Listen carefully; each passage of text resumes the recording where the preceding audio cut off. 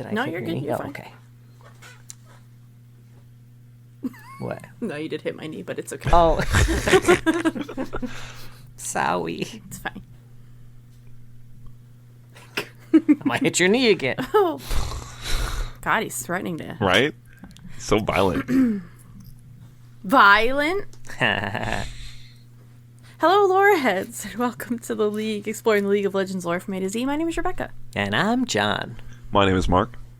Today we're talking about the Piltover Enforcer Vi, who was released December 19th, 2012. I keep wanting to say the Piltoven or something. The Pilty. Piltover, It The makes Pilty sense either Enforcer. way, you know. I guess. Yeah. I guess, but it's like maybe to hone in on the fact that she's not Piltoven. Oh, you're right. Yeah. Yeah, this will be an interesting episode because she has a handful of stories, she's got lore, she's got cinematics, but you know what? Fuck all them, because you know what Canon Vi is now? Arcane. Arcane. So yeah. there are some things that maybe might still make sense, but a lot that don't. So Yeah, I we'll kind of want go over. I kind of want to go over what's presented to us, and then I assume even older bios maybe that exists. We've talked a lot about Arcane. We have specific episodes for it. So for real deep looks into Arcane, that'll be good. But I think we'll go over. I kind of am more interested in the big differences between her. Yeah. What's on the universe page and how Arcane changes that. Yeah. Rather than just going through all of Arcane, because Yeah, we did that already. we did it. And we're gonna we- do it again. We are going to do Yeah, it again, yeah. too. Yeah. As a Exactly. heads up, before season 2 comes out, we We'll will have be an doing more updated- Arcane yeah. episodes. Well, I think also being able to look at it with now confirmation from Riot saying this is not something you have to sit here and figure out whether or not you should take it seriously in that Right. way. I mean, you should take it seriously because it's good. We'll cast it in a new light, right? So I think that will be Yeah. an interesting way to watch it for sure. So what's Vi sound like? I also was thinking of a quote where she taunts Caitlyn. That's really funny. 'cause Oh, you really? put- Yeah, but, Although I forget what the quote was now. I listened to it 8 million times. So Mark, you go first. sure, yeah. Here to save the day or wreck it. Nice. I'm a wreck it. Classic one. I feel like I didn't realize how many of my quotes that I was familiar with until I was looking at them. I'm like, oh, I can hear all of these. Because she doesn't have a lot. You hear them a lot on repeat. That's true. Okay, this is a taunt at Caitlyn. Oh, look at me! I'm on the case! That's a fun one. Anyone where you have to do someone else doing a fake or bad accent. Right. That's pretty good. It's great because I feel like if I were trying to do Caitlyn, that's what I would sound like. That's really, I was just like, just do your best Kate impression, and that was it. Nailed it. Care for a spot of tea? Or maybe a spot of punch in the face? I like it. That's good because you got two on that one. You got both the of them. Caitlyn. I didn't have to do a Vi impression there. Yeah. Sometimes you gotta make a door. That's the other one you wrote down. There we go. There's Nice. my Vi impression. Very good. Not Vi as Caitlyn. Well, on the Riot Universe page, she has a bio, 2 short stories, kind of. One of them, they mention Vi once in it, and then she actually has a longer short story we talked about for Urgot that it's her Not point on of view, Universe. not on Universe. Right? Yeah, there's also some old concept art, which was kind of fun. The first one is so wildly different from what they Yeah, I ended up know, with. I don't know. right? It was They're a very completely young. different style. Yeah, she and looks style really young. too. Yeah. Yeah, for sure. And also, as a treat, there's more.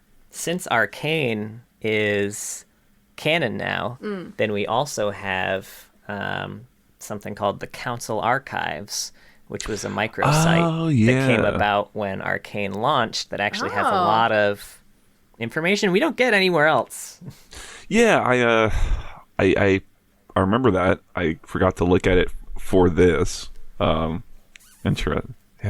Interesting. I think at the time I had read it and it's like, oh, this is neat. But again, at the time I was like, I don't really know how much of this I should really log into my brain, put away in the little vault where all the league lore exists. So Time to get out Vi's Vault Breaker and break that information loose.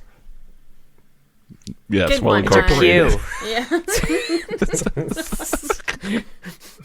Well, for Vi's bio, I'll go over what's here. I would say none of it is canon at this point, based on Arcane. Yeah, But this is what they had for Vi. Yeah. I would say certain parts of it could be... Yes, they also added a couple of paragraphs here, I feel like. Yeah. And certain parts could be tweaked if we just add context we don't have to the blanks. Yeah. Sure. It's by Graham McNeil, by the way. Oh, okay. All right, Vi was a normal orphan in Zon. People don't know what happened to her parents. There will never be any mention of her having a sister as well in the bio. Not really. She grew up in Hope House, the, I assume, extremely full orphanage in Zon. As a kid, she was basically like a petty thief, but they do make sure to mention that she would never steal from someone who couldn't afford it. She would never hurt someone who didn't deserve it. She's a good thief, don't worry. Yeah. When she was older, she formed a bit of a gang to take on some bigger crimes. Did they say the name of her gang? No. And I'm so upset about it because the rival gang had such a dumb name. Oh, okay. I thought they were kind of fun. I liked the idea. I wanted to know all of the various gangs. Yeah, I mentioned I some did too, other one yeah. in another one of the stories. Yeah. I remember what they're Factory Wood called. Fiends is here, and then the other one, I think I wrote it down. Old Hungry Scars. Yeah. That's an interesting one. I really want to know Vi's I gang's know. Why name. wouldn't they? Anyway, it's okay. The Pink Pummelers. Oh, that's Do good. they all have to wear See? pink? This is getting very Gotham City already. There's a quick paragraph after this to mention that she found a mentor from the guy who runs the bar at the edge of the lanes. And that's basically all they say about him. So one day Vi heard of some money being passed around the Chem Barons, so she wanted to do a heist with her gang, but she thought they needed more help, so she brought in a rival gang called the Factory Wood Fiends. Surely this is going to go super duper well. On the heist, the Factory Wood leader killed the owner of the mine with some big metal fists. They were all rickety and gross, but we know those. Trapped all the workers, and then everyone, including her gang, took off with the money. Except for Vi, of course. She wanted to save everybody. She donned the big metal hands and punched her way out. Good job, Vi. I'm just imagining that this is like Clagger and Right? They just ditched her. Milo and No, Clagger just they like, wouldn't. fuck off. No, they wouldn't. She then took the big metal fist to the Factory Wood Fiends and beat them all up. Vi just kind of disappeared for a while. Not long after that, no one really know where she went. There's rumors she died in an explosion. I'm not sure if that was added after Arcane or not. Had to have been. But I don't know. But one day, Old Hungry Scars, a gang who liked to murder folks in Zon, was brought down by the sheriff of Piltover and her new partner, Vi. It was obviously. Vi. Yeah. She's got fancy hex tech fists now. The bio ends with a nice cryptic, no one knows how she became Caitlin's partner, but it might have something to do with this blue-haired girl getting up to mischief. A wackadoo. Yeah. Who's this crazy character?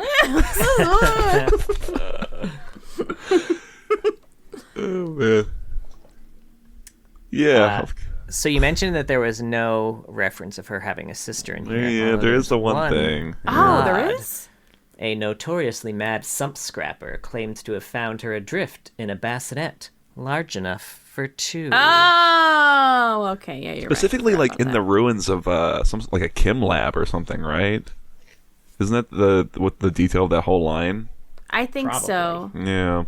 Interesting. thought at That the almost time- implies that they're twins, but Yeah, I mean, who knows? I guess I always thought it sort of implied that there was some sort of weird Zon experimentation that had happened on her ooh, and I like that. Jinx. But Yeah. And they like branded them all with their numbers. yeah, And their weird color hair. Exactly right. Yeah. Because That's why why else she- do they have pink and blue hair? No one else does. This is a fantasy world, okay? Let's make it clear. No one has unnatural hair color. Unless they have dead parents. That's the rule. And also, I They remember... say specifically, by the way, that she stands out in Zon because of her pink hair. I know, right? Yeah. Now, another reason that people originally connected the two as well or thought they were sisters is because when Jinx was being released, her tagline, or her tag rather, because she tagged a bunch of the website pages, it was not a Jinx, it was a big X. People were like, X is Roman numeral for 10, Vi is Roman numeral for 6. Is this someone else in whatever shit Vi was doing? And that was kind of the start of, I think, all of the this has to be the sister. Yeah. And then we heard her voice quotes, which I mean, you know what? It's fine. They shouldn't bury the lead too hard. I think it's better that they just are kind of upfront about it than trying to pull the wool over our eyes or whatever they're trying to do. But which they did for so long. There were several times where rioters confirmed that they were sisters and then had to say, oops, sorry, my bad. No, they're not sisters. And then other ones would say, yeah, they're sisters for sure. And then be like, oh, no, sorry. I feel like they learned that by Yasuo and Yone. They were like, it only makes sense if, like, the characters are also unsure for themselves if they're related, something like that. Like, this doesn't work for, I don't know, especially Vi being so notorious. On her sister would be with her. It just doesn't make sense. I see what they were trying to do, something fun though and different, and gotta applaud them for that. Yeah, I assume it. Like, I really do believe that there was at one point somewhere internally at Riot a storyline around like a group of experimentees in Zon and Piltover, right? And that's part of why, because she has that video game sort of protagonist. Not really amnesia. It's just that she's an orphan, right? She's a little orphan girl who doesn't know what the fuck her origins are. So. Obviously now it makes no sense. It's fine. We can just jettison it. Yeah. She did have some kind of amnesia originally. Oh, really? I read. Is that the old bio? It's one of the old versions. Okay, I read. There's a bunch of versions, but they tweak so little. Yeah. This was the one though that mentioned she had no memory, and even her name wasn't Vi. People just call her Vi because of her tattoo. That's it. Interesting. She doesn't remember her name. Interesting. Yeah. Yeah. I mean, but now we know her name's Violet. I guess that's fair. Yeah, I don't know. It's trying to think how I was gonna try to think how I felt about it. It's very tough to separate this. Yeah, like knowing that it doesn't matter, knowing that most of this is not canon. Like, I like that what I was talking about with like maybe being able to make parts of it canon if you fill in the blanks. Maybe after their parents died and Vander took them off the bridge, he didn't adopt them at that point. Maybe he did bring them to the orphanage, and then at some point after that, they took more of like a mentorship, fatherly role afterwards and started spending more time there. I don't think so. I think that's dumb, but it kind of ruins the character to a degree, but right? Destroys all my respect for Vander. No. Hey, I found these two snot-nosed kids. Take them off my hands. He goes around and collects them. He just brings in bags of them. I mean, I guess you can't adopt every orphan you run into in Zon, right? Right. Although that's why he has a basement full of kids, I guess. Oh, that sounded so bad. A basement full of kids, positive. They're free to come and go as they please. Yeah. They're not prisoners. Yeah, there are locks on the door. What of it? It's fine. It's on the outside. I like the mystery they set up here. If it had worked, the idea of Vi disappearing and then becoming the sheriff's partner, that's fucking bananas. You gotta wonder how that happened. I'm still kind of wondering now with Arcane, though. I'm like, are you gonna become the sheriff's partner? She's gotta. They can't take that away. I know. I just can't imagine Arcane Vi as an enforcer, even where we had left her. Final episode of season 2. Do you think she gets a badge? Maybe. That's a possibility. Cut to credits. I feel like that's going to be happening way earlier, honestly. I feel like she's going to get deputized way earlier, to be honest with you. Yeah. Probably. I mean, Caitlyn was so far from being the sheriff in Arcane. She had just started, so... I guess that's true. I feel like it's a little bit down the line. The sheriff did... So... That's fair. So they'll just promote the new recruit to sheriff. That's how it works. Hey, do you know how many enforcers died in that explosion from Jinx? She might be the only one left. She's the next line. She's like, Vi, please. There's only 2 of us. You gotta help me. In a lot of the stories we get the same enforcers over and over again that get named. So who knows? That's true. It'd be hard to drum up attendance. Sure, everybody got blown up. Well, the last guy blown up. Anyway, you want to join? Be here at 6. We're meeting on Bomb Street. We're meeting in the ruins of the old training center. Police headquarters. There's some like weird dog running around with bombs, but it's probably fine. Or however they might see Ziggs and Arcane. I don't know. I guess he'd just be a regular Yordle, I guess. Right? Who knows? Oh, yeah. Yordles are just. I don't want to deal with it right now. Okay, never mind. We'll deal with that. We can, talk about Vandal. No, it's fine. All right, short story. Sure, yeah. Interrogation 101. Interrogation 101. Yeah, so this is actually... For the record. Oh, sorry, go ahead. I was going to say it's a continuation of that Caitlyn story from back when we did Caitlyn. If anyone remembers that. Back in the day on the seas 17 years ago. But, yeah, so the setup is that in that story, Caitlyn had tracked down some guy who was doing black market hex tech arms wheeling and dealing, and had blown his hand off and had brought him in and called a Vi to come and interrogate him. I suppose. I don't really remember if she actually called Vi. I remember her just getting the hat at the very end. Right? Like Indiana Jones or something like that. But, it's a really tall hat. Trying to slide through the door. Like, good luck. Nice shot, kid. He puts it on Caitlyn, and then she pulls the hat up, and it's her all much older and shit. Shooting some other guy's hand. No, they didn't call Caitlyn or they didn't call Vi because they said they had tried a bunch of interrogations before Vi, and then they called her as a last resort. Oh yeah, you're right. Yeah, she's the one who beats people. She's up. The one who beats people. They have to tell her not to with like a wink and a nudge. Right. Careful. We want to slip and put yeah, she has been brought in to deal with this guy Devaki. Is that his name? Yeah, Devaki. I think so, yeah.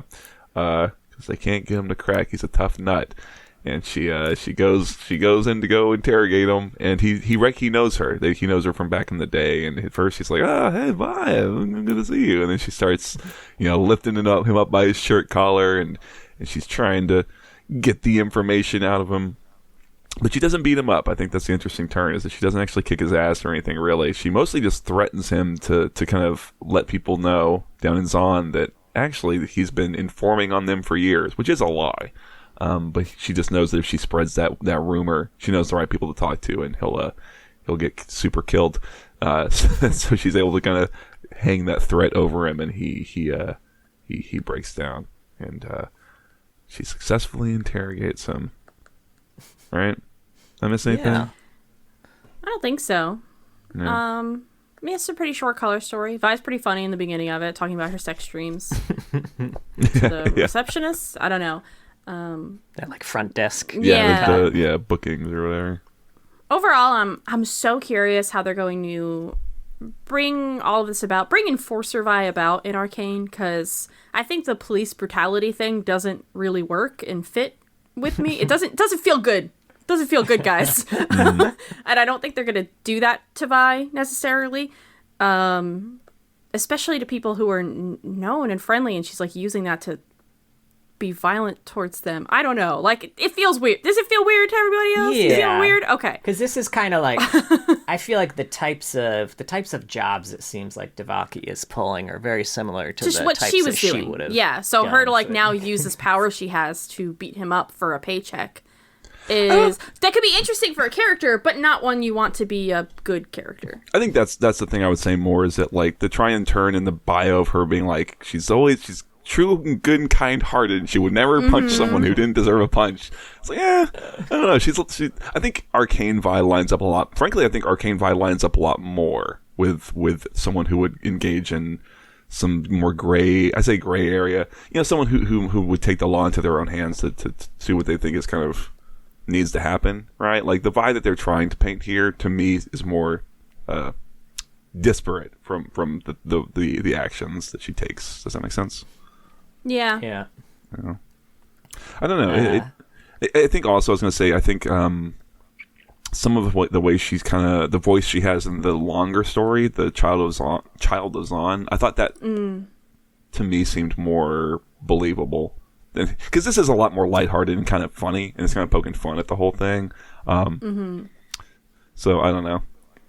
Yeah, it definitely like the Vi from that story that like was kind of willing to sacrifice her life to save the other Zonites. That's kind of yeah. I mean, more the Vi that I have in mind. Yeah. Yeah. Well, also like that in that story, I think you obviously you get a lot more time with her, and it's all in her head. Much, I guess, I don't know, maybe not more, but it's just more serious, right? So it's more time for the character to kind of like show things like her, being, I guess, having a temper and being willing to like she can't help but sometimes indulge in roughing people up when they get under her skin, which I guess like is not like an admirable trait in any way, obviously. I guess it just felt more better established and more like a natural fit, I guess is kind of my feeling. Might be the way to describe it. So there's a few lines I have in here. Early on in the story, it said all she wanted to do was go back home, get her fists off, and bathe her fists in ice water. Which I looked everywhere, and I don't think we ever released this kind of proof of concept cinematic. But I think it was probably pre-Arcane days when Arcane was still like ideating. They had done a proof of concept sketch cinematic, basically, is like pen on paper kind of animation that was all just a day in the life of Vi, where she's just coming back from a day of work, takes her fists off, looks into the mirror, gives like a long, forlorn sigh, and just soaks her fists in ice water. Yeah, you could see a sketch of this actually in The Art of League of Legends, which is linked. Yeah, kind of her standing in front of the mirror. Yeah, that was from that cinematic, or sketch, used in it. Yeah, that was cool to see. Yeah, I always really loved that image. I thought that was such an inspired idea for her. And I guess it was like, I remember that at the time being one of the first times, the feeling of like, the feelings that like Arcane invokes in me now, or what kind of, I felt a little bit like the flutterings of when I saw that, of like peeling away the League of Legends part into like, getting into like the character part a little bit, Peeling away the League of Legends, yeah. Yeah, it's a nice nod, I guess. Yeah, I like that. Did they ever release the Darius one? They did the Fear one, or the one where he's monologuing. I guess he did monologues in Fear. Yeah, I feel like we did. In the Darius episode, but I don't remember. Yeah, the Fear one is where he's walking through the woods. But there was another one, where he was like giving a whole little speech. And, I guess that's the thing. He does a speech in both of them, but it's the one where it's just about his like face and him talking through and like him emoting and stuff. So no, I don't think that ever got out. Oh yeah, I remember that now. Vi's got a line. I'm the one they send in when asking all polite doesn't get you anywhere, Cupcake. Which I was a little hurt on behalf of Caitlin. Like, I thought that was their special name. There's gonna be a lot of cupcakes. It is still. There's nothing wrong with a lot of cupcakes, right? So when she gets in there, Devaki doesn't have a hand, and she's like, "What happened to your hand?" He said, "Your damn sheriff shot it off. This was a high-end augment from Bronzio's." And like, does Caitlin just really hate augments? Like, let's think back for a second. When Savika's about to kill Vi, instead of killing Savika or anything like that, what does Caitlin do? She shoots out Savika's augment. In this case, it could have done anything to kind of disable him. What does she do? Fucking shoots off his augment. She could do it without, hurting them very badly. In the Warriors cinematic, when they're about to free Urgot, who's going to murder all of them, Caitlin, she could have headshot him if she wanted to. Nope. Hits him right in the metallic augmented wasn't arm. Stacked. Okay, the shit was not stacked. She did not hit the net. She's Even like if it was, she'd shoot him in the head, it'd do fucking 5 damage. She's like a bull, and her red is just augmented. She just loses herself. That bloodlust, it gets over. It's so they can have violence with it only being a teen rating. When you shoot someone's augment off, it's fine. It's cool. Yeah.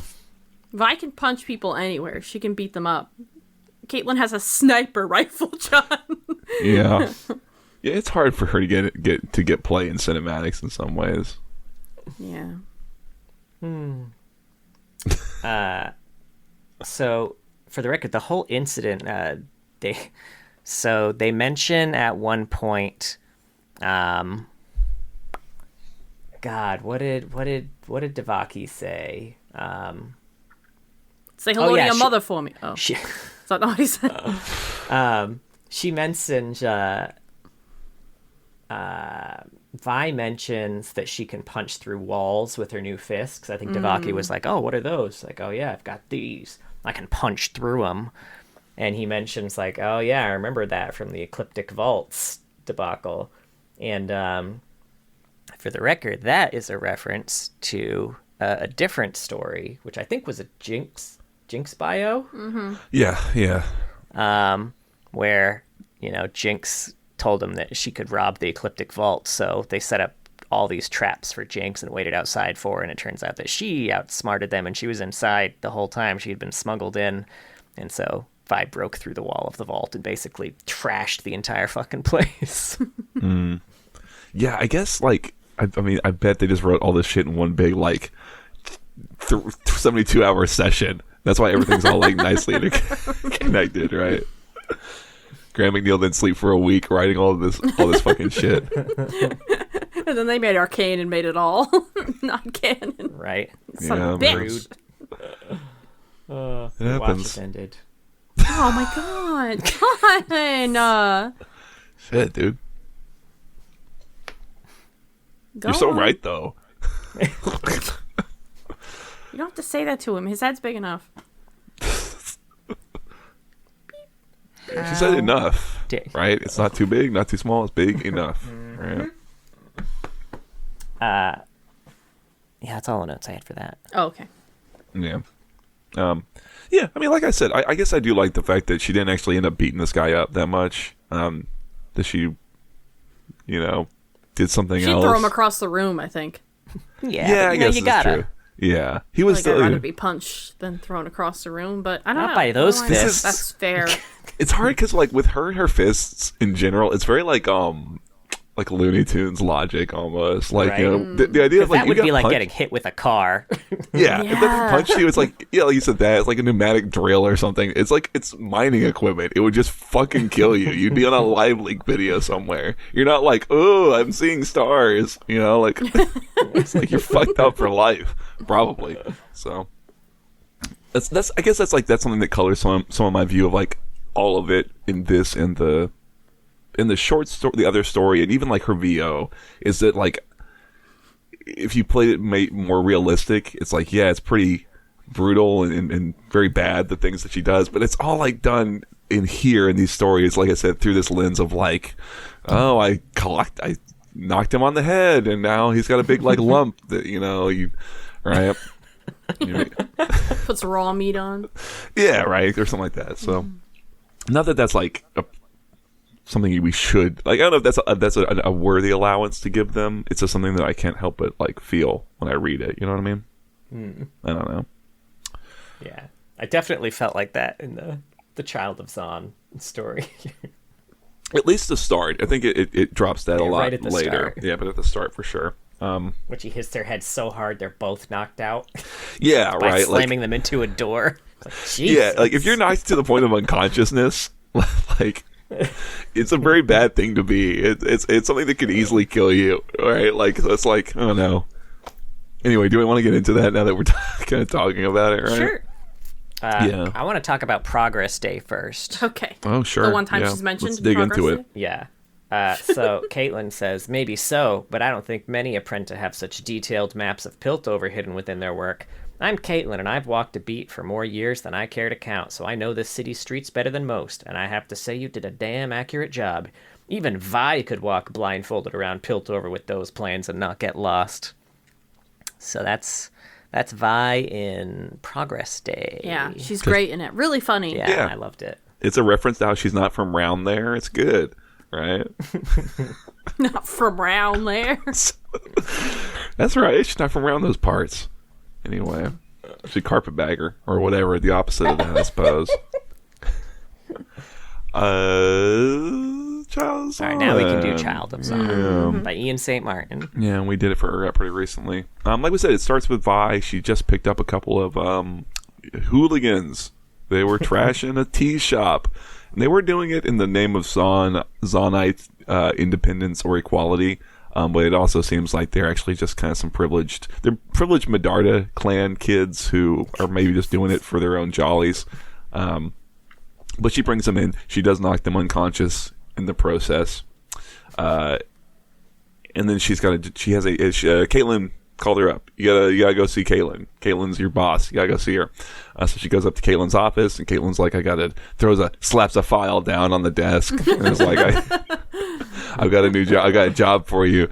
And there's some crazy shit brewing down in Zon, and it's something that's so crazy that the people who are asking for help are the clan, not the clan barons. The Kim Barons. Kim Barons, thank you. There's the clan people and the Kim people. What a Freudian slip. Right. They're all in each other's pockets. Yeah, right. Everyone's fingers are in each other's pies. Anyway, so something's brewing, and it's got everybody. The whole existing power structure shook from the bottom to the top, and so they're sending Vi down back into Zon to figure out what's going on. And the cover is that because she has just rubbed up some Medarda tear. Now that's a Freud It's like a Pavlovian response. I don't know. I hear Medarda, and so I say Medarda tear. A big thank you to the two Medarda tear hooligans. It's caused enough political problems that they're able to kind of like say, "Oh, we're firing her or putting her on administrative leave or something of that nature." So we do an internal investigation. Yeah, so she can go down into Zon, kind of without the auspices of actually being a warden. So she heads down there. While she's going down, she starts seeing a lot of these symbols kind of etched all over the place, and they're like a spider, essentially. And she gets down there, and she runs into some hooligans who also have that spider on their, tatted on themselves and on their clothes. And she beats them up. She does kind of get hurt in the process, and she goes to the one spot she knows she'll be kind of safe down in the bottom level of Zon, which is that Hope orphanage where she came from. And when she gets there, she runs into a... Go ahead. Well, I was just going to say, as part of her being kicked off the force, too, she had to surrender her fists. So yeah. This is kind of her first time fighting without him in who knows how long. Her hands, as she calls them, which I kind of like that she just calls them her hands. But yeah, so that's the other thing, too, right? So she's unarmed, unhanded. But yeah, she runs into an old friend, a young woman named Ro. Who she had known when she was a little younger there, as a little girl who had been there with her, and she eventually had left and has come back. And Bro makes mention of someone or something called the Voice, which is the same thing that those gangers that she had beaten up had also made mention of. And I think she sees that Ro also has that same spider symbol, in a pin, I want to say, kind of on her jacket. And she eventually gets taken to they're having a group meeting, a little meeting between all the people who are believers and whatever this thing is. And Ro vouches for Vi. Vi gets in, and then there's a guy there, and he's like this speaker, and he's starting to frenzy up the crowd, and he's making reference to this thing or this guy called the Dreadnought who's going to come and, solve all their fucking problems. And Vi kind of has had enough, and she gets up and she kind of causes a big scene, and they sort of let her go. Fucking worst undercover cop ever. She's not very good at it, right? This is lawless. Have you guys considered turning yourselves into the fine Piltover peacemaker? How about we get a list of everybody's names, first and last, please? Just for my own records. Where's all the cool Tim Baroning going on? Do you guys want to take me over there? Yeah. She goes back to the Hope orphanage, I want to say, and Ro is gone, and then she kind of realizes that whatever's happening is sort of. I'm sorry. There is a scene where she checks in with Caitlyn. Essentially, there's kind of like she has to go check in with Caitlyn as her handler and let her know what's going on. And Caitlyn is sort of playing things real coy, very close to the chest. And Vi kind of catches wind that something's going on to do with hex tech, hex crystals, and the clans. The Piltover clan leaders are also really interested in what's going on. So whatever this is affecting all the major players. It's got something to do with hex tech, which is like the big thing, obviously, and Caitlyn can't really talk about it, right? The council's up my ass. You gotta take care of this for me, Vi. Caitlyn is, I know we say it every time, but she's so like that, right? Like, in this. You're a damn good cop, but you're too reckless. You play by, fucking... Yeah, and then she goes back to Hope House, and Ro is gone, and she kind of realizes that whatever's happening, it's happening now. She needs to get to where it's happening, and what's going on is that there's this spire they've established. It's a big factory where they make synthetic hex crystals. It causes a shit ton of pollution down in Zon, and the members of this cult have all attacked it, and they've overrun the guards, and they're stealing the hex crystals, and everyone's there, all happy, chappy, and fucking Urgot. They're like, here he comes, it's low. Yonder wind breaks. It's the fucking dreadnought, and it's Urgot. And he's clinking along the spire. He comes on down, and he's like, fuck these hex crystals. Y'all fucked up. Kills the voice, and and we kind of went over it with Urgot. He just wants the strong, whatever that may be, to survive. And they're like, yeah, test me. So he unleashes this horror. Test me, daddy. Test me, daddy, Urgot. Yeah. And he says, oh.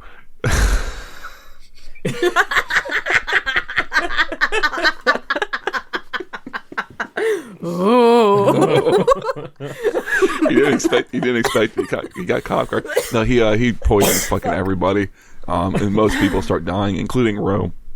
And Vi does try to save her, but is not able to, and so she resolves to go fuck up Urgot. And then I don't know, she essentially kind of makes her way up the spire ahead of Urgot and his people, because she knows that that's where all the Pilties are, the high-ranking Piltovans, and if they get killed, like, who gives a fuck about these Zonites? But if the Piltovans get killed, it's going to actually cause problems and, like, a much bigger conflict. So she's up there. Caitlyn's up there also, I guess. This whole section, they were clearly running into character limits.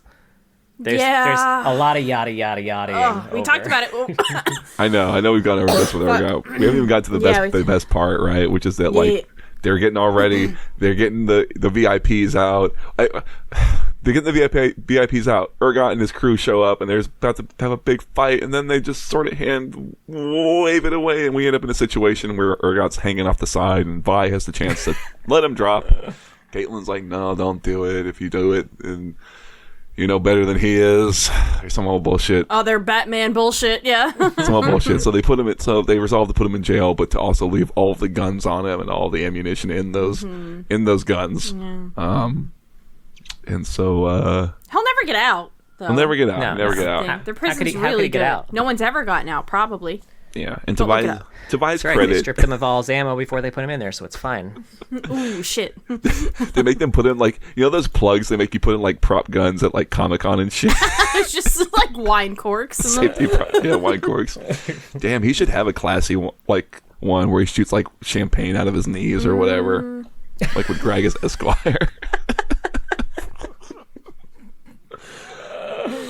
To Vi's credit, at the end, she's like, you know what? He doesn't really look like he's in prison. He looks like a spider waiting in his web. Yeah. So I'll give her that. But that's it. I know we talked about it with Urgot's story. I don't want to, like, get too hung up on the summary, but... Yeah, no, that's really highlights what Vi is there. We did talk a little bit about how it should have been longer. Vi should have been there longer. All of these things that could have made it a lot deeper and better. But would have been a great novella. Would have been such a good novella. Really, genuinely seeing Vi go back down there and change and face what she left, which is good. I hope they address that in Arcane. I really so hope they use any Urgot shit for Arcane because he's such a good villain, and him like inspiring a cult of people that want to be tested with chemicals to prove their strength. It's just so good. It fits so well with what's going on down there, and I would love that. See, this is why I kind of thought they would deputize her a lot, or like maybe earlier, and maybe give it a little more time to kind of. There could be another time jump is the thing too. Something right? like that too. Yeah, you can see that maybe. There's such a 60. big one in season 1, huh? Now she's 60. Well, no, not that guy. Just like 5 years or something. Because they definitely are still fairly young in Arcane where they left off compared to where they are now. I would say it's 10 years, maybe. Yes, I think so. Yeah. Yeah, I don't know. You know, I agree with all those things about it, and I remember feeling them a lot with Urgot. And rereading it, I did actually end up liking this more. I think it's like, for what it is, I guess I'll say. Like, if I kind of accept that it's not going to get as deep as I want it to go, you know, it's... I guess, like, Voi's got Jesus fucking Christ. Vi has a really strong voice in it. And I enjoyed spending time with her a lot. And there were and just some of the general writing, I really liked the way it would describe the settings she was in, you know, some like that fight sequence with the thugs when she first gets into Zon, and even like the end sequence, maybe not I really hate that the hand waving that fight, but the description of like when he initially unleashes his gas all over everybody is like it's pretty gripping, I kind of found. Yeah. So very cool.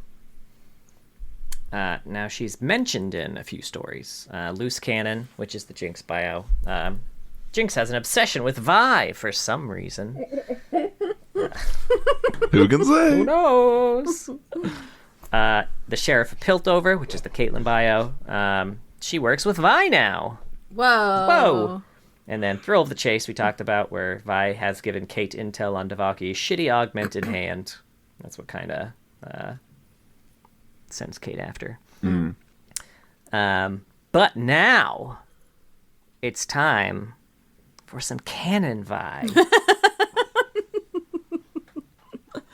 Okay. Now I'll give you some high level beats from Arcane. Okay. John has watched Arcane the most out of all of us, so. Yes, I have rewatched Arcane over 24 times now. So it has been a little while since my last rewatch, but still. So it starts out with Vi and Powder, who is Jinx, immediately losing their parents. They kind of see their parents' bodies, no ambiguity there, and then they're taken in by Vander from the lanes. It's much better, I think, them losing their parents to enforcers, and then it hits so much harder Vi than kind of working with enforcers, but later enforcers, and Caitlyn learning what enforcers used to be like and still are like in a lot of ways. It's good.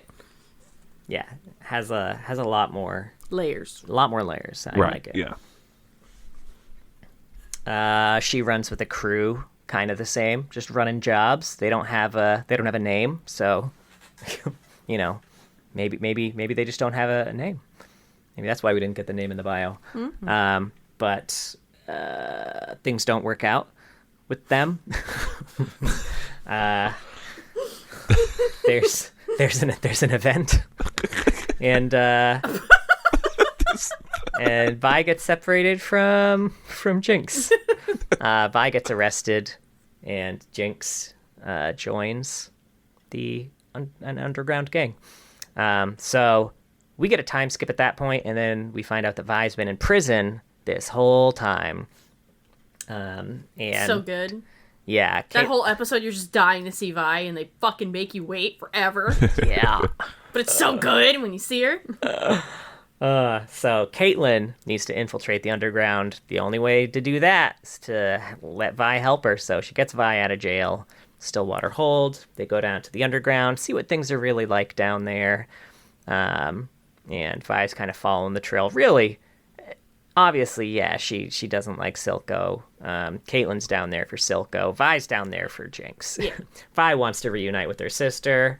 She's finding out that Jinx is working for Silco, which is a huge bummer. So we're following her. And they do finally reunite. And then get separated again, and then reunite again. There's a relationship there between Vi and Caitlyn. never explicitly sealed with a kiss, but, it's more than implied. It better be more implied later. If I have to watch Jace fuck. We did have to watch Jace fuck. It's unrelated to Vi, but it is something that we had to do. It's something that I remember more vividly than I would like to. Yes. A big difference here is that Vi gets her gauntlets from Jace. Mm-hmm. So, she didn't get them from an underground mining thing. Well, she did get those first ones, right? Didn't she, play with, kind of really shitty prototypes Vanders of them? or whatever? Yeah, those were like Vander's right, metal Vanders, knuckles yeah. that he used to kind of fight with. They were similar. Yeah. Yeah. They were heavy as fuck. These ones are much bigger but lighter somehow. Hextech magic. Yeah, sure. Fuck it. I have the name and the fun fact somewhere, but her original gauntlets, we have the name of who actually developed them, but they didn't anymore. Now it's developed by Jace and Victor. They did it together. Was it Stanwyck Padiddly? It No. wasn't. Yeah, I think she's past the point of him existing. It should have been. I mean, he does exist, just not as we know him. Yeah. You know what I mean. Yeah, so, at the end, Vi and Jinx have kind of a bit parted ways. I don't think Vi They had has given an up. awkward but- family dinner. Awkward family dinner. Again, things didn't work out like you'd want it to. I'm just liking the way you're running through these plot points in a very interesting way. It's interesting to me. And that's Vi. Yeah, Canon Vi. Yeah. Yeah. I mean, we don't want to get too in the weeds there, but yeah. Now I'll go over the council archives where we actually learn some fun things. So basically this microsite just had a bunch of items you could click on, and it would give you a bit of information about those items, kind of like they were in an evidence lockup and you were kind of learning more about them, like as Caitlin kind of. So first thing we look at is a cafeteria tray. Now, when Caitlin first goes to the prison to free Vi, well, she's not actually going to free Vi. She's going to question a survivor from an incident where there was a bunch of shimmer that was exploded, and one of the thugs got shot and got arrested. But she was pretty sure he was shot by her own person or her own team, so she wants to question him as to, who did this and who do you work for? She finds out when she gets there that he's not going to be able to talk because his jaw gondon got fucked up with a cafeteria tray. Who hit him? We don't know. Could have been anyone. Some mysterious, yeah. So, Mysterious pink-haired inmate. cafeteria tray. First, you notice the smell. A marriage of coagulated blood and inedible cafeteria food. You flip the tray to examine a large dent on the back. The sterilized surface may be cleansed of all the remnants of its violent history, but some memories can't be washed away. The prisoner is someone with whom you prefer never to cross paths. And then there's a stuffed toy. Aging threads loosely hold this childhood memory together. If you had to take a scientific guess, you'd say this was probably a rabbit. Its bright magenta fur tarnished and faded by years in an unforgiving environment. We were all children once. What remains of that time in each of us, a mystery. So, when Vi was a kid, she had a stuffed bunny, and some bullies threw it into some wires that she couldn't reach. And she kind of points this out to Powder when they're kids, to point out, we all have bad days. This is and there's my beloved stuffed animal. You can see it from here. I've never been able to get it down. And that's that. This hurts so much more because our daughter has a stuffed bunny that she sleeps with every night. So Caitlin got it? Give it back, you bitch! Technically, Vi got it back beforehand and gave it to Powder before she left to turn herself in, using the next item on the list. Oh. A pneumatic tube. You spin the cylindrical container around, searching for any means of opening it. It resembles canisters you've seen in the pneumatic tubes that run throughout the Citadel. Surely the Undercity harbors no such technology. The prisoner held on to this for years. Whatever message lies inside must be of great importance. So when they accidentally blew up a town, or blew up a building in Piltover, the enforcers were like, no, we gotta bring them to justice. So the head enforcer gave Vander a pneumatic tube and said, hey, if you want to do this, send this to me, and I'm the only one that will see it. So Vi decides she'll turn herself in. She sends the tube up. That's the tube in question here. Doesn't end up being able to turn herself in because shit goes wrong, but that was the idea. And then we get to see Vi's intake form, which has a few interesting things here. One, it's weird that the intake form exists at all, since Caitlin specifically says when she goes in there that her file mentions kind of no crime. And this file has her specifically charged with a malfeasance. Two, there's a line here that says, investigate this further. Prior to the prisoner's escape attempt, she was heard muttering about some type of powdered substance. I get it. Oh. It's powdered donut, I think. Probably a donut. Classic. And three, there's a crossed out line in her profile description saying, prisoner matches description for the suspect in apartment explosion earlier this week. But somebody has crossed it out. Now we also see various incident reports from Vi's time in prison, which basically outline all the criminals she's attacked, looking for information about powder. Here are a few fun quotes from these reports. After searching through 516's cell, guards discovered a stash of weapons.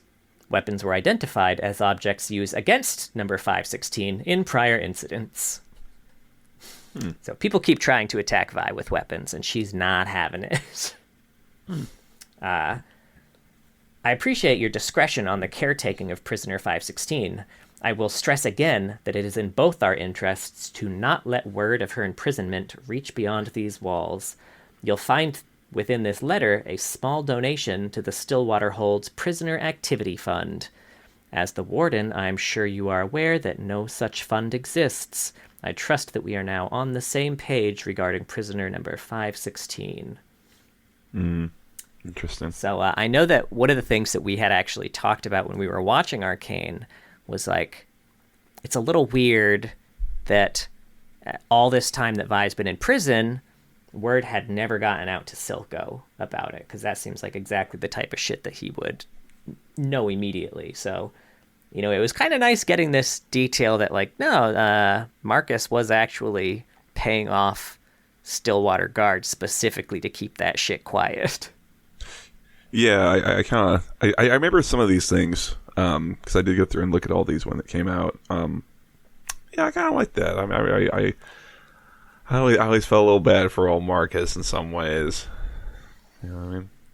Who's Marcus again? He was the sheriff that betrayed the other head sheriff and got her killed, and then also is the one who arrested Vi before she could go back for Powder, Right, making Powder okay. think she abandoned her. Yes, and I then remember also now. the one who was a huge dick bag. He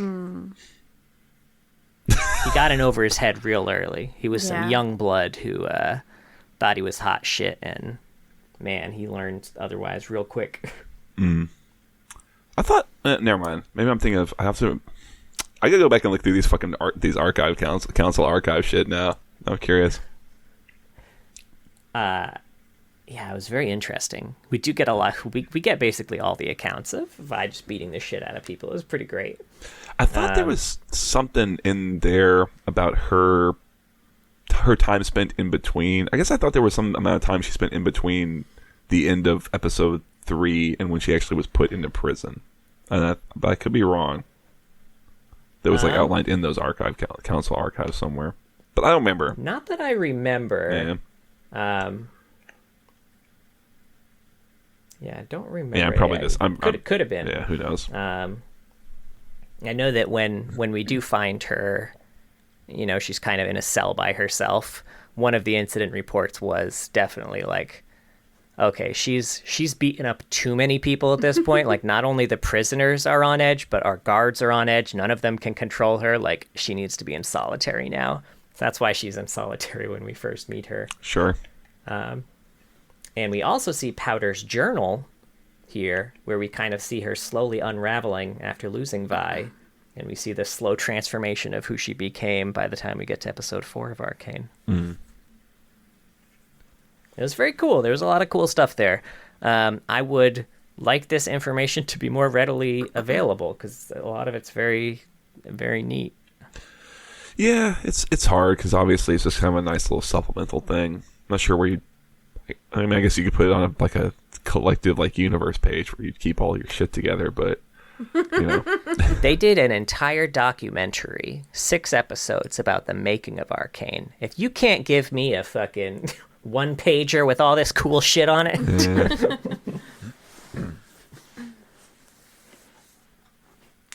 That's all I got, though. Nice. Cool. Now, we do have some cinematics, some of which are canon, some of which maybe. Who knows? First up, Enemy. It's the music video. Oh my goodness. Oh my goodness. So this is the music video for the opening theme song of Arcane that has a bunch of not clips from Arcane, but like unique animated scenes that don't actually appear in Arcane, just kind of, I guess, fleshing out some background. So, while Arcane is canon, certain scenes in this video definitely don't seem canon to me, so I doubt this is canon. Although, oddly enough, Imagine Dragons' presence in the music video, not one of the things that is not canon, because they do canonically appear in Arcane. I erased that from my mind, John. Why did you bring it back? Sorry. My one big complaint about Arcane. Yeah. Oh, shit. So cringe. She is at one point giving a boxing demonstration to one of the thugs that she ends up fighting after the big heist, and one of Silco's men, kind of one of his right-hand men that he uses when he breaks into Marcus's house. So my guess is that didn't actually happen. Also, she punches Powder in this music video, which I also don't think happened. Not yet. Not yet. There's a punch in her future. If you play your cards right. It's more of a slap, I think, A slap? No, I think she'd punch her. It's like a backhand. Oh my god, that's worse. It's the disrespect. That's the worst part. Yeah. It's still with the metal hands, though. Now, we also have that cinematic I talked about that never got released. Plus, we have an Arcane animation test that did get released, which has a very differently designed Vi having an intense fight with Jace on a rooftop in Piltover. This is kind of one of their early animations. I think they showed part of it in the behind-the-scenes documentary, and then they released the rest of it on the League of Legends channel. But it's pretty short. It's like a minute or two. But yeah, it's pretty cool. And then finally, we get Warriors. Warriors. This is right after the Child of Zon cinematic, or who knows how long. It is after. We don't know if it's right after, but Urgot gets freed. What? I know. I thought for sure. I don't know how this happened. I like the idea of it being literally right after, like they're leaving and those cultists are coming in. Which way to Urgot? Oh, just down the hall to the left. Don't worry, we left it open in case you want to. Oh fuck. I mean, Vi gets both of her gauntlets fucked up in this video, That's so true. I hope she's got some backups. I don't know. I guess She gets one of her gauntlets fucked up in Arcane too, so she's gone through at least 3 gauntlets at this point. Yeah. We don't know if this one's canon. That's true. Man. Probably. Yeah. But yeah, that's canon and non-canon on universe. Vi. That's the silver screen Vi. Yeah, so it is. Yeah. I imagine she has 18 million skins. She has so many skins. All right, we got Arcade, Demacian Vice. As Ari locks in her character on the start screen, the synth-heavy score fills the arcade. Her button taps aren't random, but perfectly calculated as she guides her champ through the crime-filled Demacian streets. A crowd gathers, intent on watching Ari finally beat the high score set by her only days ago. This is Neon Strike Vi which has no lore because she just got thrown in here. After the fact. Clearly didn't belong. Whatever. It's fine. I can never not look at her crotch in this skin. Oh, It's really real weird interesting. looking. Okay, well, now you got me So curious. rude. Can't just say that people's look at crotches that are whole weird bottom looking. area. It's just strange. Kind of looks like she's got like a Borat Oh, yeah. thing like on over her suit. It just makes me uncomfy. You don't have to look at the crotch. Her eyes are up there, hon. She got bad posture. That looks weird too. Yeah. And the arm, and her arm's so thin. I'm just gonna click to the next one. Next one we got is The Grind, Cops and Robbers. Nobody puts in the work like the Piltover Police Department. Who else can lock up the most sugar-laden donuts inside their merciless stomachs, rack up the highest of overtimes, and ignore even the most menial of paperwork? The criminals may be taking advantage of it, but even they wish they had the same work ethic. This is Officer Vi. After cycling through too many partners to count, the entire department had a bet going about Lone Wolf Office Vi. But this tempestuous, impetuous officer has finally found her match in Caitlin, a sharpshooter with a quick wit and soft spot for pink-haired wrecking balls. Oh. And her really pointy boobs. Really pointy boobs. Now, this skin has some comics associated with it. Oh. Oh, yeah. There's a 2-comic run called Punches and Plants.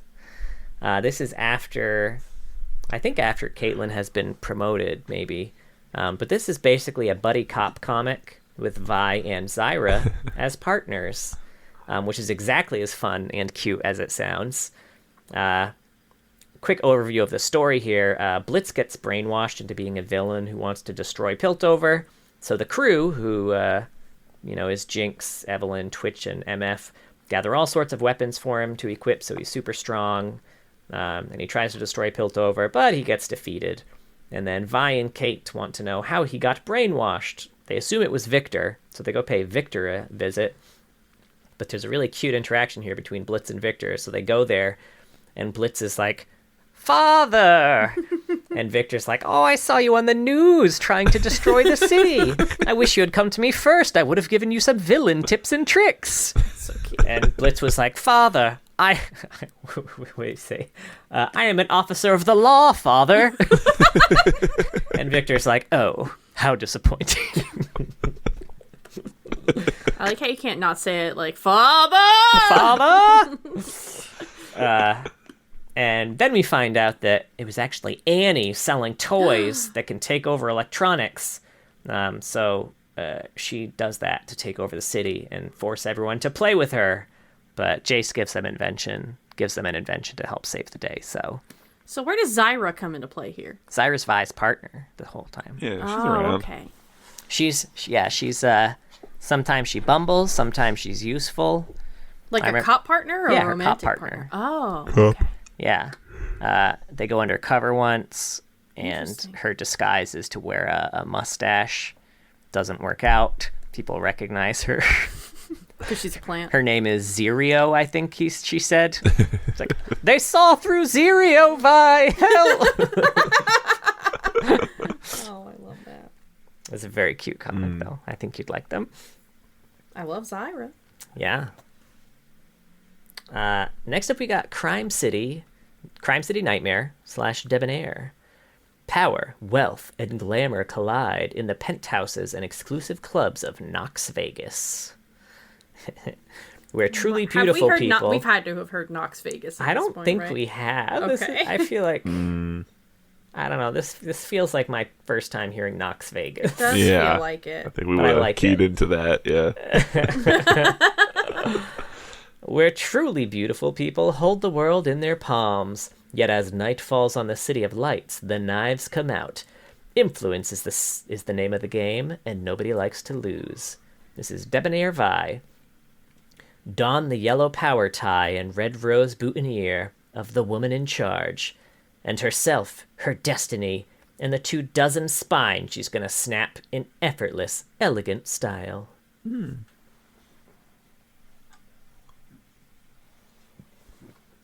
Next up, we got Demonic, Set in a demonic realm, each champion is a servant or ruler of hell.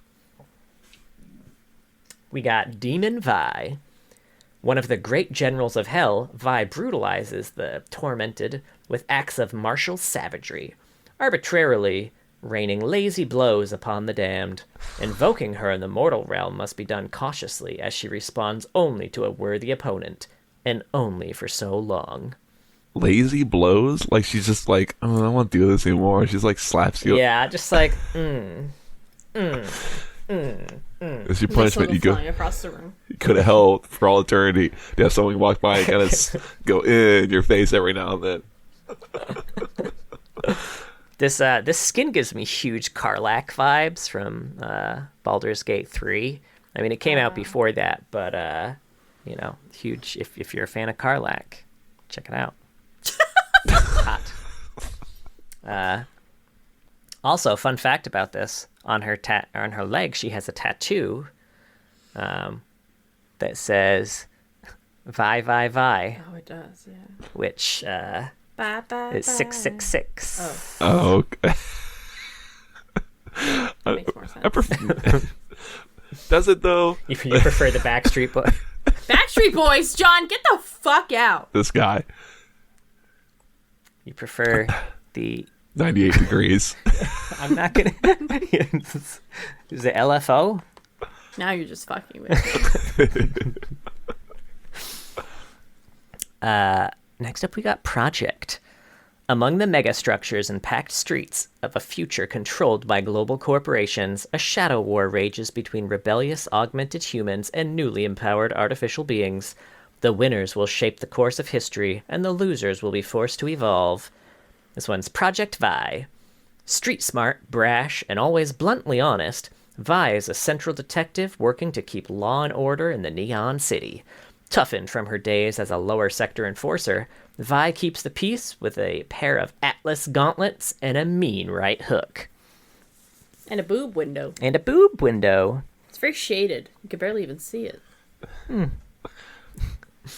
It's tinted. I'm just saying, it's the darkest tinted boob window I've ever seen in my life. Why even have it? You gotta get right up in there. It's so they can see out, but you can't see in. That's where she puts the camera, right in the cleavage. Now, there's a short story with this called Of Rats and Cats and Neon Mice. This is one that we recently talked about with Vane, but Jin's killing folks, so Vi is sent to catch him. While investigating, she runs into Vane, who's super powered and super upgraded and awesome, and she kicks Vi's ass, and then demands the upgrade cube that Vi was given as a gift for a recent promotion she got. Kind of upgrade cubes are how people get like new powers and augments in this. So then Vi's partner calls her for help from a real shady black market bar pretty far away. So she agrees to trade the cube to Vane for a ride to her partner. When they get there, it turns out her partner was trying to make a deal with Jin and sold Vi out for her upgrade. Jin goes ahead and murders her partner, and there's a big old fight. Jin brings the building down on top of him, and before they can capture him, and his head, which in this AU is just a drone with insect legs sitting on his robot body. Yeah. Obviously, pops up and skitters away. Vi pushes Vane out of the building right before she's about to be crushed, but Jin gets away, so Vane's still big mad at Vi. And there's a cinematic, too, called The Hunt, where Vi, Vane, and Jin are in a big old showdown, kind of. The whole cinematic is just them charging their weapons with a Vane voiceover, and then it ends right before the fight starts. Hell yeah. Yeah, tune in next time. Lovely. Next up, we got PsyOps. Yeah, we do. The crown jewel of military black ops. The PsyOps unit are an elite team of psychic soldiers deployed against rogue militaries and supernatural threats. Officially, they don't exist, but when conventional warfare won't cut it and the stakes are no less than the fate of the world, PsyOps answers the call. This one is PsyOps Vi, a hand-to-hand combat specialist trained in physically enhancing her blows with her mind. Vi takes care of hard targets for the rest of the PsyOps crew, generally by rushing ahead and punching them apart. She will fight anything and everything, including the old bipedal winter mechs from the Arctic Ops event 40 years prior. And there's a video here called Operation Songbird, where Ezreal, Master Yi, Shen, and Vi are rescuing Sona from a super high security facility. Vi is Operative 6. And, because VI. VI. And her power level is 10. Much like the rest of her team. It's not 6. Except for Ezreal. She's wearing so many bullets on this outfit, just around her thigh, around both arms. There's bracelets of bullets on her hips, on her fists. The big giant fists. Do you think have that bullets on them. she tells people that she enhances her punch using her mind powers, and but really there's just bullets. I can see that. Sure. Next up, we have Arcane Vi, which apparently is just canon Vi. So I'll just sprinkle a few fun facts in here. Her inmate number was 516, which is VIVI if you put each put each number as a Roman numeral. Oh. Interesting. Okay. Yeah. Okay. I get you. And then Vi is left-handed and weighs 8,140 pounds with her gauntlets on. Yeah, that Hextech doing work. Right. Multiple metric tons. Okay. Cool. Yeah. So think about that in that barroom scene where she's punching Savika and Savika just walks away. She's using shimmer, John. Her arms are real heavy. It's pretty hard. Shimmer don't fix a broken spine. It might. It might, right? Yeah. Next up, we have the name of this AU is just a heart emoji. Really? Okay. Yeah.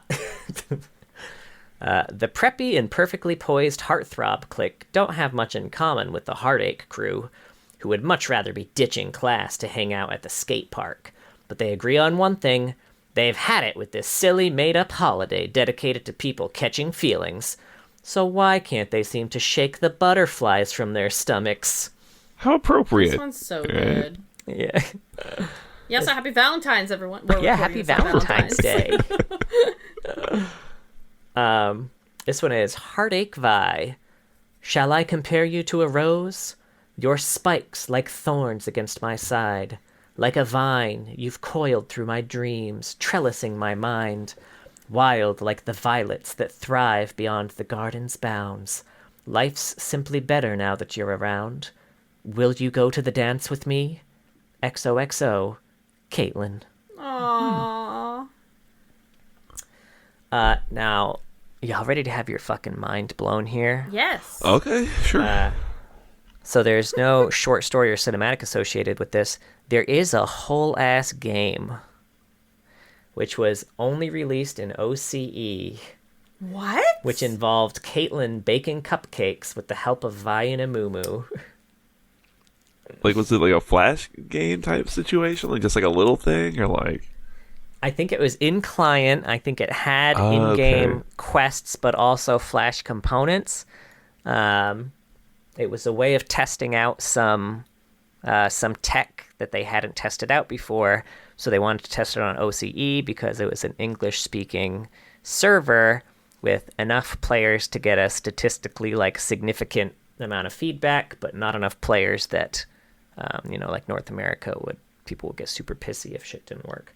But yeah, so they got an exclusive release there.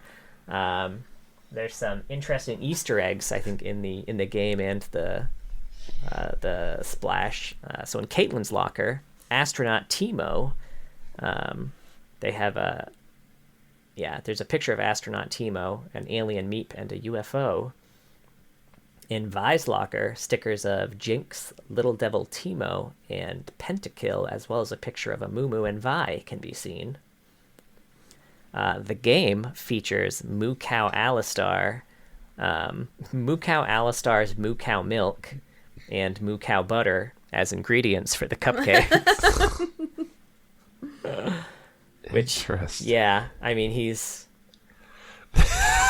he's It's just he's a a branding male thing. cow, It's but I just a don't want to branding think about thing. it. It's okay. Yeah. It's like his mom's milk, but I don't even want to go that far. It's just branding. It's just he just signed a sponsorship deal, right?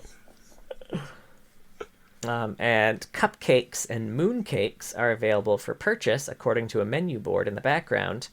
And this is an allusion to Spirit Blossom of Phelios, who's affectionately called Mooncake by Spirit Blossom Set, in the same way Vi calls Caitlin Cupcake. aw, Okay, interesting. that's so cute. Next up, we got Fury and Fang. Those lucky enough to be born with glowing markings on their skin are revered among their people as Favor Claw. I don't know why. This is a funny name. He said it. Bramble Claw. These special Tigraborns are destined to represent their community and demand the respect of others with their strength. They each hope to conquer the world in the name of their kind and become the leader feared by all. This is Primal Ambush Vi. This is new. Yes. Yeah. Yeah.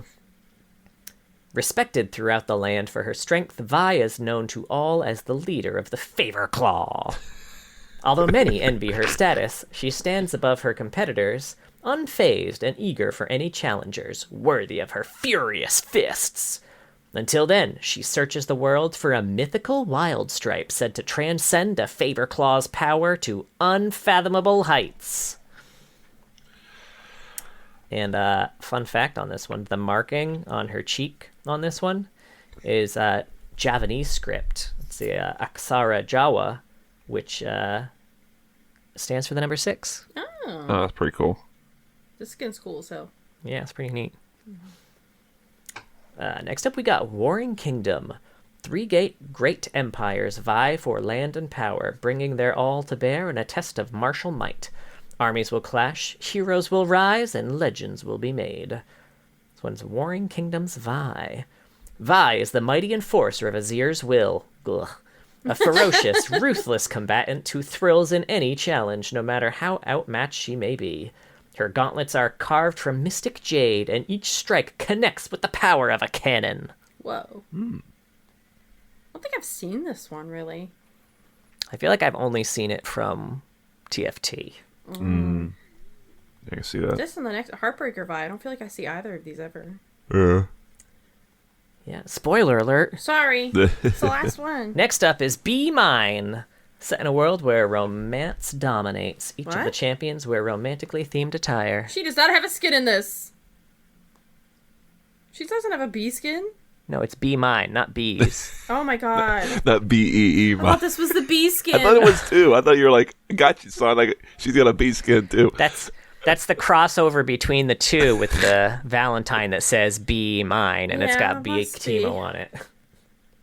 You really enhanced the bee in it, is all I'm gonna say. It's Bzz Mine. It's not the bee skin, you fucking moron. Oh god, what would her bee skin be? Bye. I know, her name's Vi? Doesn't really work. Fly? Fly? No. Vibes. Okay. Oh, that was pretty good.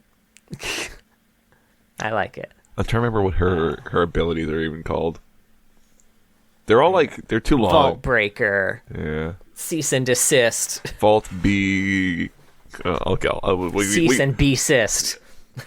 There it is. It's all like you're saying cease and be cis, like cisgendered. Which is It's a wild move for Vi to have.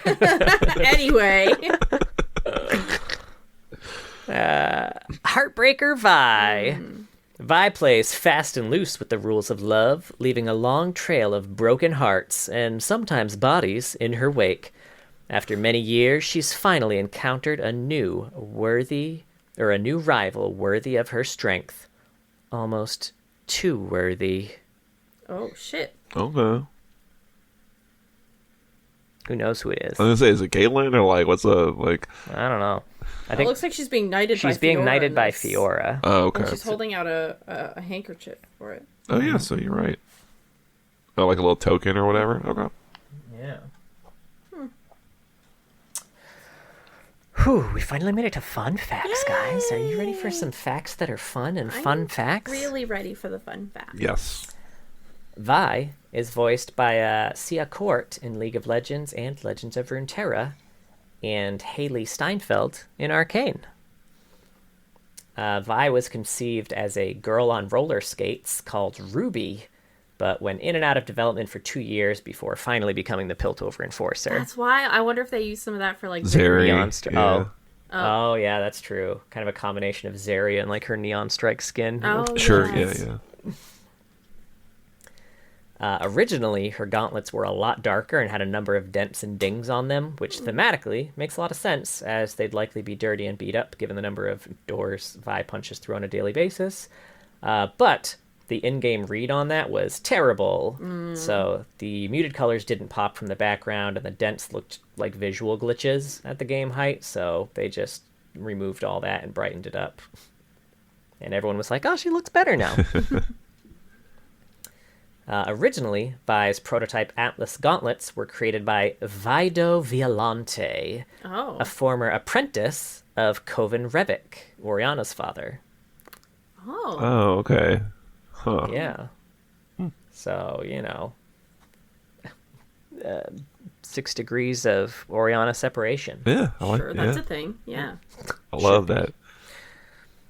In earlier versions of her lore, I mentioned this already. Yeah, she doesn't remember her name, so it's the Vi.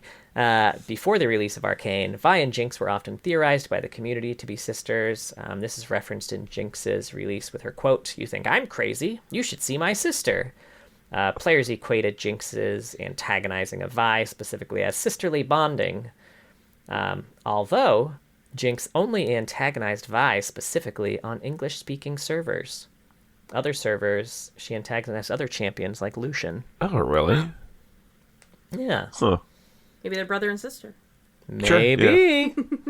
I see it. Hermit, who is one of the shopkeepers on the Howling Abyss, says to Vi at some point, "You look like your sister." Oh, wait, I'm not supposed to talk about that. That's really funny. They're like poking fun of themselves now. And there is a significant indication that the pair did grow up together, but with Vi currently suffering from amnesia, Jinx has taken it upon herself to try and trigger her memories. Great. Vi is in her 20s and around 5 years older than Jinx. Oh. Vi performs the Ali Shuffle while taunting. It's kind of his, like Muhammad Ali's little ring shuffle. I assume that was like a singer. I don't know. Or like Alistar. Her Or dancing. Alistar, yeah, sure. You know how Alistar shuffles along to his cowbell beat. Vi's dance references the Dougie. Vi and Caitlyn both gain the On the Case, Piltover's finest status when they find themselves on the same team, which is kind of just a cosmetic status. Having Jinx on the opposing team gives Vi or Caitlyn the Catch Me If You Can quest, which gives a cosmetic buff. Jinx is causing chaos again. How obnoxious. Criminals apprehended equals X, and it'll keep track of how many times you've killed Jinx, and it will give you 1 extra gold per time you take her down. An enemy Caitlyn, taunted by Vi, will gain the agitated cosmetic debuff that just says, how agitating when you have her print. Vi's theme was sung by Nikki Taylor from Running the Risk. Vi is the shortest champion name at 2 characters long. Just coming so shortly after the longest character name. Neat. Oh, yeah. You're right. Vaultbreaker and Cease and Desist apply all airborne variations combined. Each of them give a knock back, a knock up, and a knock aside. Nice. The old hat trick. Yeah. You thought Caitlyn had the hat trick. Vi is one of only 9 champions who can apply crowd control to themselves.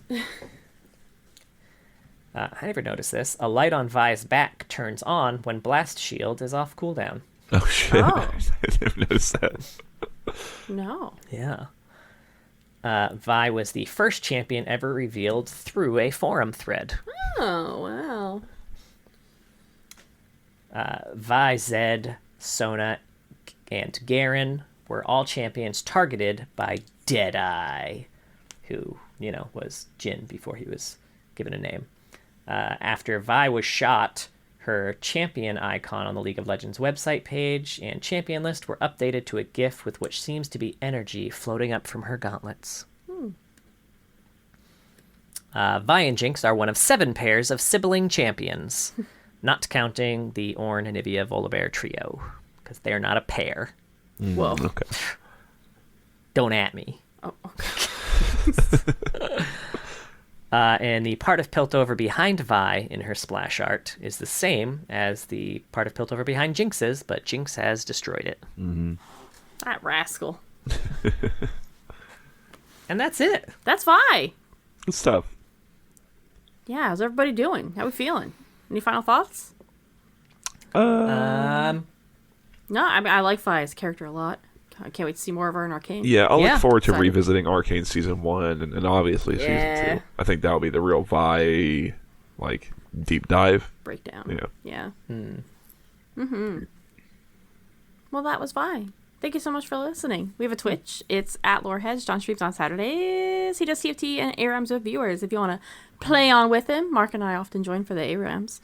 It's a lot of fun. yeah, I dig it. Yeah. Come have fun with me. Do it. Fucking get in the chat. We also have a YouTube.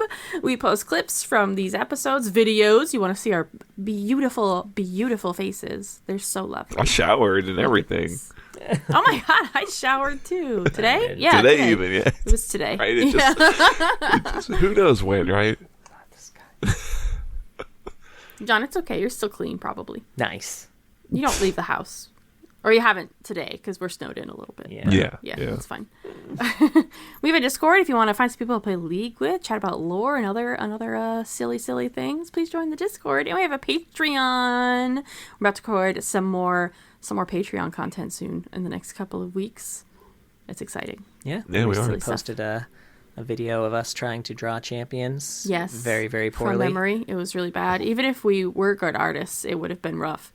But the combination of bad memory and bad artists was truly something special. Creatively, yeah. Yes, so Where good. true genius, thrives. Right? Thank you so much to all of our patrons. But a very special thank you to our Medarda tier patrons, King of Hearts, Big Man Gnomes, Mr. Dead, and John Has a Dig Bick, which I swear I'm going to get wrong one of these days. I'm just waiting for it. If you had committed crime in Zon, I would cover your trail so that Vi didn't punch your spine out of your body. I mean, they were just knocked out. They're probably fine, Yeah, right? they just have little cartoon birds tweeting around their heads. Little lumpies. Yeah. I feel like Vi would have gotten in a lot more trouble if she killed the Medarda kids. Yeah, well, they don't die now. They die later. Oh, okay. From Yeah, it's, traumatic brain an injury. internal thing, right? Yeah. Well, please be sure to join us next week, everybody. We're going to talk about Hot Cross Buns himself, the Ruined King, Viego. The look on Mark's face. Can we not? I know. Can we skip It's Viego? fine. No, it's fine. It's That's- fine. It's I fine. actually it's fine. did it's fine. forget that he was next week. I thought it was going to be Victor. I was kind of excited, and then now I'm not. Nope. Maybe he'll be after. good. Maybe he'll be good.